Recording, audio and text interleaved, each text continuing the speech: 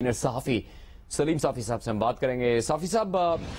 क्या इस वक्त आपको नजर आ रहा है इतने शदीद मुतालबे के बाद, जो कि हुक्मरान इत्तेहाद में शामिल जमातों की तरफ से भी किया गया है, वकील रहनुमाओं की जानिब से भी किया गया है, सुप्रीम कोर्ट बार के सदर और फिर छह साबिक सुदूर की तरफ से भी मुतालबा किया गया है कि फुल बेंच तश्कील दिया जाए, क्या नतीजा निकल सकता है आपके ख्याल से इस सूरत हाल में? देखिए, मेरे ख्याल में तो सुप्रीम कोर्ट आप पाकिस्तान के मुअज़्ज़ज़ चीफ जस्टिस साहब को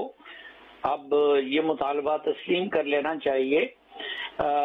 वजह उसकी एक तो ये है कि ज़ाहिर है कि अब मुल्क की तकरीबन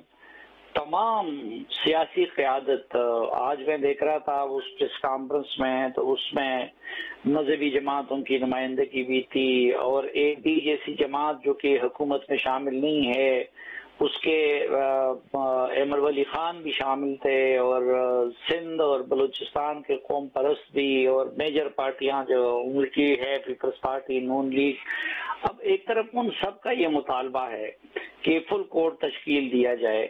दूसरी तरफ जिनकी तरफ आपने इशारा किया कि न सिर्फ सुप्रीम कोर्ट बार एसोसिएशन, फिर पाकिस्तान बार कौंसिल के अहदेदार, बल्कि 6 साबिक सुप्रीम कोर्ट बार एसोसिएशन के सदूर जो है वो भी ये मुतालबा कर रहे हैं। फिर जो सबसे बड़ी बात है वो ये है कि आज उन बाकी तमाम सियासी जमातों ने इस 3 रुकनी बेंच के हवाले से किसी ने एक अंदाज में, किसी ने दूसरे अंदाज में एतराज किया। तो हमें इससे कोई गर्ज नहीं है कि A वजीर आला बनता है, B वजीर आला बनता है, A वजीर आजम बनता है, B वजीर आजम बनता है। असल जो हमें चाहिए और इस मुल्क को चाहिए वो इदारों का वक़ार और तक़द्दुस है और उनकी न्यूट्रलिटी है, और उसके लिए ज़रूरी है। अब हमने तो देखा है कि रिवायात ये बताती हैं कि अगर कोई साइल भी किसी जज पे एतराज कर लेता है तो वो अपने आप को उस केस से अलग कर लेता है। अब यहाँ पे PTI के सिवा बाकी तमाम सियासी जमातों ने एतराज अगर कर दिया है और ये भी कह दिया है कि वो फैसले को तस्लीम नहीं करेंगे, तो मेरे ख्याल में अगर 3 जजेस इंसाफ कर सकते हैं तो अगर 8 जजेस होंगे, 10 जजेस होंगे तो वो ज्यादा इंसाफ कर सकेंगे। और बहरहाल ये एक जेन्युइन सवाल है कि ये सब मोहतरम जजेस हैं जो 3 इस बेंच में शामिल हैं, लेकिन अगर आप सीनियरिटी के लिहाज से लिस्ट बनाते हैं तो दूसरे नंबर पे जस्टिस फाइज ईसा साहब आते हैं, फिर सरदार तारिक मसूद साहब आते हैं, फिर इजाजुल हसन साहब आते हैं, फिर मजहर आलम याखेर साहब आते हैं, फिर जस्टिस सज्जाद अली शाह साहब आते हैं, फिर जस्टिस मंसूर अली शाह साहब आते हैं। और लेकिन ये मुसलसल हम देख रहे हैं, इस लिहाज से उनका एतराज जेन्युइन भी नजर आता है कि या 3 बंदे या यही 4 बंदे या 5 जो पॉलिटिकल केसेस है, पहले तो हम इसके हक में नहीं है कि सियासी मामलात को अदालतों में लाया जाए, लेकिन सियासी मामलात होते हैं और वो मखसूस जजेस की तरफ से, यानी जो बेंच बनता है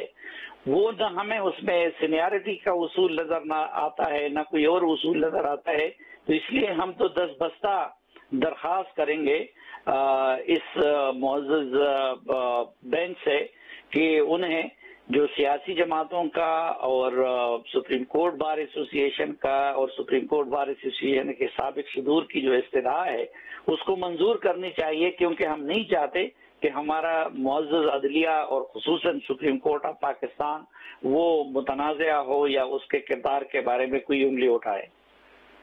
तो सलीम साफ़ी साहब, इस वक्त जो मुतालबा हुक्मरान इत्तेहाद की जानिब से रखा गया है, जिसमें PTI में शामिल तमाम जमातें भी, अवामी नेशनल पार्टी भी और पीपल्स पार्टी भी,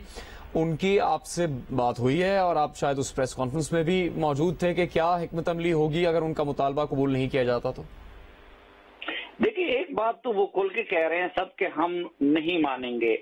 दूसरा, ये मामला जो है वो सिर्फ इस एक केस तक नहीं है कि हमजा शहबाज वजीर आला बनेंगे या नहीं बनेंगे, बल्कि इससे पहले जो फैसले इस बेंच की तरफ से दिए जा चुके हैं